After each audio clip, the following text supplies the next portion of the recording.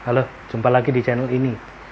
Beberapa kali channel ini mengangkat masalah branding, ya, tapi tidak menjelaskan apa sih itu branding, dan cara membranding produk. Nah, kali ini saya akan mencoba menjelaskan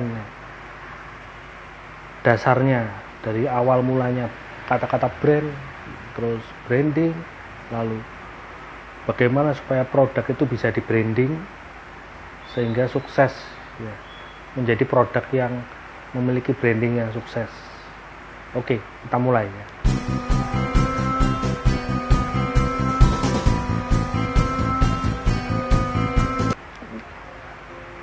Brand, ya. Brand sendiri adalah artinya sebenarnya adalah merek, ya. Merek atau nama atau merek suatu produk. Merek itu diwakili oleh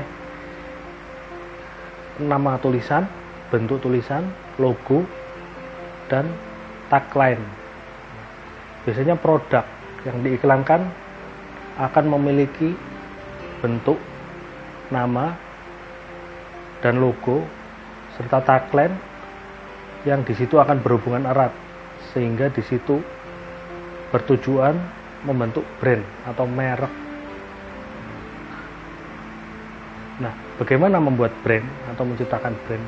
Nah, jika kita ingin menghasilkan atau menciptakan suatu produk, kita tentu ingin produk itu pertama-tama dikenal oleh masyarakat. Itu pertama-tama dahulu. Sebelum dijualkan, masyarakat harus mengenal itu dulu. Akhirnya kita harus membuat brand atau merek produk itu sehingga cepat dikenal oleh masyarakat. Nah, proses untuk membuat brand itu atau membuat merek itu namanya adalah branding.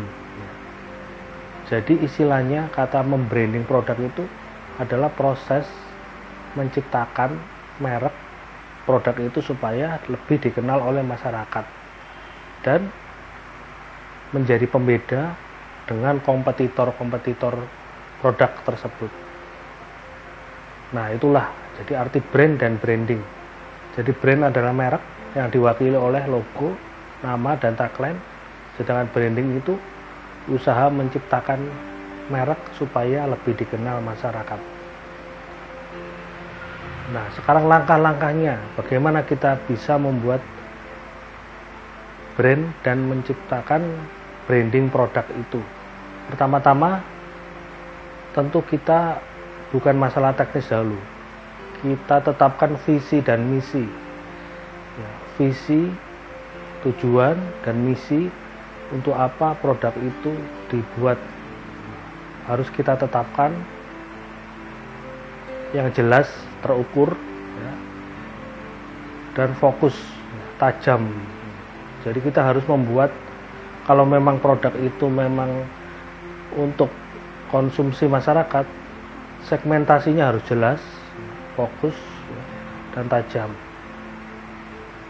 Setelah itu kedua, setelah kita fokus dengan visi dan misi, kita buat langkah-langkah pelaksanaannya, eksekusi dari visi dan misi itu.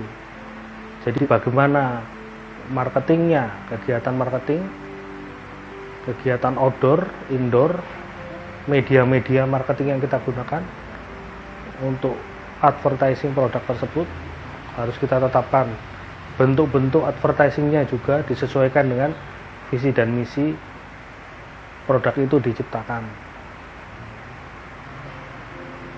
Nah, setelah itu langkah ketiga baru kita ke arah teknis. Nah, kita mengeksekusi dengan teknis.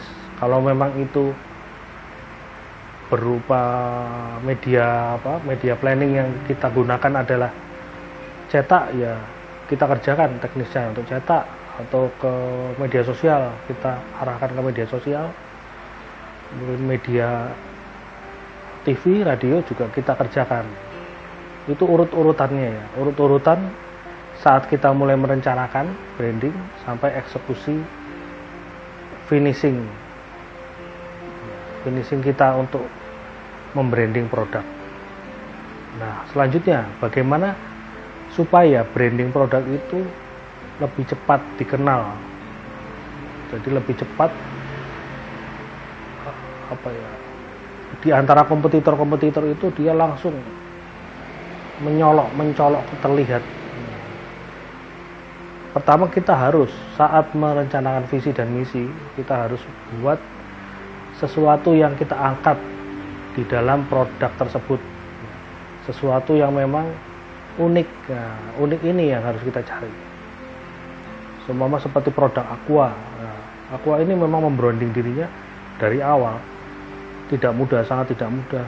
Waktunya juga panjang. Sampai dia menemukan brand Aqua itu ya. Kalau membeli air mineral ya pasti orang menyebutnya Aqua. Ya, itu beli Aqua dulu. Itu pun dialami dengan obat sakit kepala. Panadol. Nah, Panadol ini juga demikian. Jadi orang pasti kalau ngomong Panadol ya, aduh sakit kepala, minum Panadol dulu. Nah, seperti itu kan didapat tidak mudah ya. Kita harus mengalami beberapa kali pergantian branding. Pasti produk itu mengalami beberapa kali pergantian branding ya. Beberapa kali brand dia. Setelah di masanya, dalam suatu masa ternyata gagal, dia ubah brandnya lagi sampai menemukan betul-betul brand yang cocok. Dan itu juga harus brand yang benar-benar unik. Indomie juga demikian ya. Indomie seleraku. Nah, dengan unik ya, kata-kata tagline unik seperti itu akhirnya bisa membangun brand yang sangat kuat. Sempat mengalahkan Supermie ya. Dahulu adalah Supermie, jika apa-apa mesti makan Supermie. Sekarang tidak. Kalau kita beli, ayo beli Indomie dulu. Nah, tidak mungkin orang bilang beli mie instan ya, pasti beli Indomie. Dia juga mengalami beberapa kali brand ya, pergantian branding. Masa ini ternyata gagal, diubah lagi ya, kemudian. Nah, yang ini menarik ya. Saat era internet gini kan banyak sekali motivator, coaching bisnis. Produk apa yang mereka keluarkan? Ya tentu adalah produk jasa untuk public speaking, komunikasi, coach bisnis.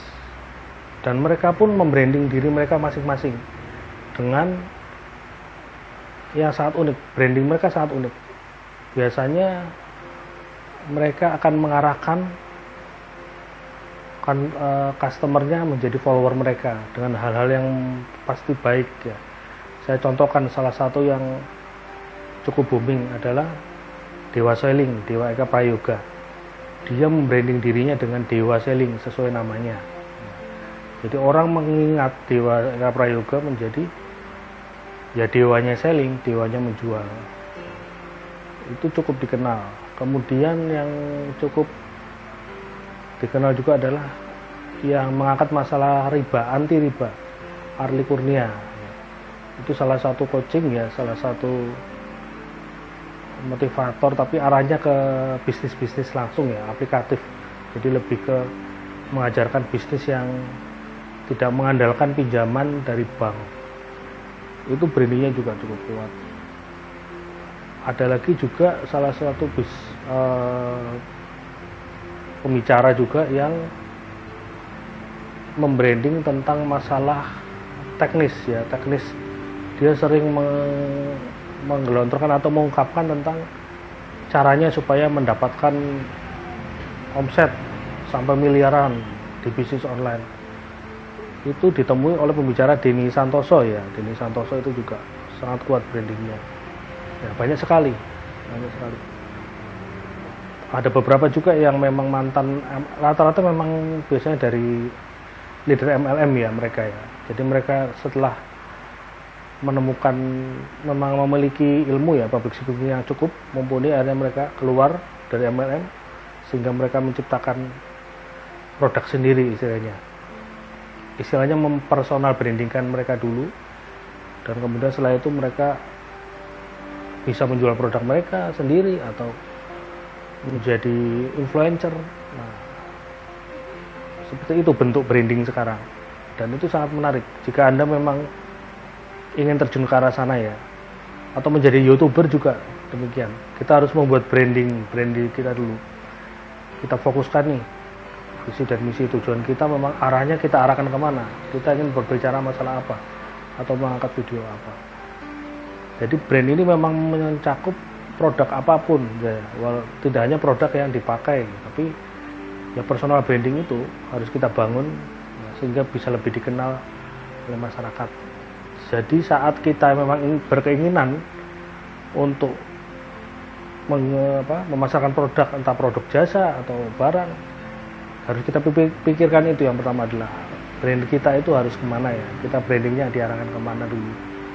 Jadi katakanlah kalau memang tidak cocok, kita bisa membelokkan branding kita. Jadi tajam produk kita itu memang memiliki muatan nilai jual yang lebih dibandingkan hanya kita jualan saja ya segitu-segitu saja kan, nanti ya tidak berkembang gitu kan. Ya demikian uraian brand kali ini ya, semoga bisa ada manfaatnya walaupun pembicaraannya tidak begitu mendalam ya. Jika memang ada yang mungkin bermanfaat ya atau merasa bermanfaat video ini, bisa silakan di subscribe ya, dan like, komen juga boleh di bawahnya ya, mungkin ada masukan ke depan untuk channel ini. Sampai jumpa, salam sukses.